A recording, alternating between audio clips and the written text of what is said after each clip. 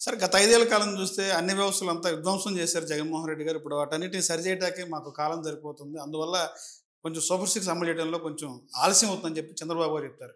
నిజంగా గత 5 ఏళ్ల కాలంలో ప్రతి వ్యవస్థ వైఎస్ఆర్సీపీ పార్టీ ధ్వంసం చేసిందా? అంటే ఏం చెప్తారు మీరు? ఒక్క విషయం చెప్తున్నాను.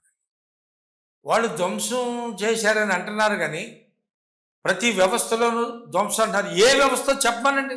ఏ వ్యవస్థలో మేము ఎక్కడ చేసాం ధ్వంసం అనేది చెప్పమనండి. అది చెప్పాలి కదా. ఇప్పుడు నేను అన్నట్లుగా బసిబూసి మారేడుకాయ చేసి గుడ్డగాల్చి మేదేయటం తప్పిస్తే ఏ వ్యవస్థలో విధ్వంసం చేశాం, ఆ విధ్వంసం వల్ల ప్రజలకు వచ్చిన నష్టం ఏంటి, ప్రభుత్వ ఖజానాకు వచ్చిన నష్టం ఏంటి అనేది మీరు చెప్పాలి కదా సార్. మీరు చెప్పకుండా ఊరికే గుండగాల్చి మేదేస్తే అంటే క్యాబినెట్లో మంత్రులు కూడా ఇదే చెప్తారు పదే ఏదైనా మీటింగ్ సందర్భం వచ్చినప్పుడు. గత ప్రభుత్వం జగన్మోహన్ రెడ్డి ప్రతి వ్యవస్థనంతా ధ్వంసం చేశారు, అవి మొత్తం పూడ్చి రావటానికి మాకు టైం సరిపోతుంది. నన్ను చెప్పంటారా? చెప్పండి. వాళ్ళు చెప్పింది, వాళ్ళు ప్రామిస్ చేసిన దానికి 6 సూత్రాలని ఇంకో 10 సూత్రాలని వీటన్నిటి కూడా జనం అడగడం మొదలుపెట్టారు. మొదలుపెట్టి జనాన్ని ఫేస్ చేయలేక వాళ్ళు మేనిఫెస్టోలో పెట్టిన అమలు చేసే దమ్ము ధైర్యం లేక ఏదో విధంగా పాత రోజుల్లో ఆయన అన్ని విధ్వంసం చేశారో అంత అయిపోయింది. అంత అయిపోయిందని మీకు తెలియదండి. మీరు అన్నేళ్ళు ముఖ్యమంత్రిగా చేశారే, అంతకుముందు 14 ఏళ్ళు చేశారు కదా, ఆ మాత్రం మీకు తెలియలేదు సార్. మీకు బడ్జెట్ లేకుంటే దేనికెట్టదో మీకు తెలియకుండానే మీరు ఈ పథకాలు పెట్టారా? మీరు ప్రజల్ని మోసం చేయడానికే పెట్టారు. ఆ మోసం చేసే భాగంలోనే ఇవాళ మా మీద ధ్వంసం చేశారనేది స్లోగన్ తప్పిస్తే ఇది వాస్తవం కాదు. మళ్ళా ప్రజల్ని మభ్యపెట్టడానికి వీళ్ళు చెప్పే మాట.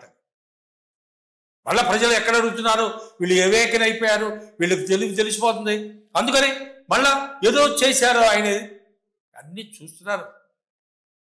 ప్రజలు మౌనంగా అన్నీ కూడా చూస్తున్నారు. మీరు ఆడే అబద్ధాలు చేసి పనులు అన్నీ చూస్తూనే ఉన్నారు. మీరు అట్లా అనుకోవద్దు. చంద్రబాబు నాయుడు గారు అట్లా అనుకుంటే ఇక ఆయన ఇష్టం. సార్, పరామర్శల పేరుతో జగన్మోహన్ రెడ్డి గారు కార్యకర్తలని జనాలని బలి తీసుకున్నారని చెప్పి టీడీపీ ప్రధానమైన ఆరోపణ. దానిలో భాగంగానే పల్నాడు పర్యటన ఇప్పుడు చెప్తారు. ఇవాళ రాష్ట్రంలో ప్రతిపక్షం మా దగ్గర అంటే ప్రతిపక్ష హోదా ఇచ్చేవా లేదా అనేది అది వేరే విషయం. ఏదో అది మీ ఆలోచనకి వదిలేండి. ఉన్న ఏకైక మేమే. మరి జనానికి ఏదైనా జరిగితే వెళ్లాల్సిన బాధ్యత మాకు లేదా? మా బాధ్యత ప్రకారంగా మేము వెళ్తున్నాం. వస్తుంటే జన సమూహం వస్తుంది. అది ఇవాళ కాదు, ఆయన క్రేజీ. ఇవాళ ప్రజాకర్షణ గల నాయకుడు, మాస్ లీడరు ఆంధ్ర రాష్ట్రంలో ఒక్క వైఎస్ జగన్మోహన్ రెడ్డి.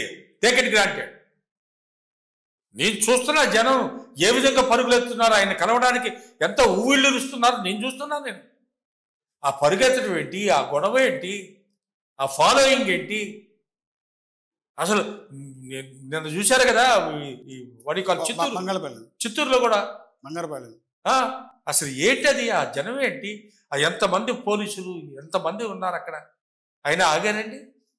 అభిమానాన్ని నువ్వు ఆపలేవండి. ఆయన వెళ్ళాల్సిన బాధ్యత.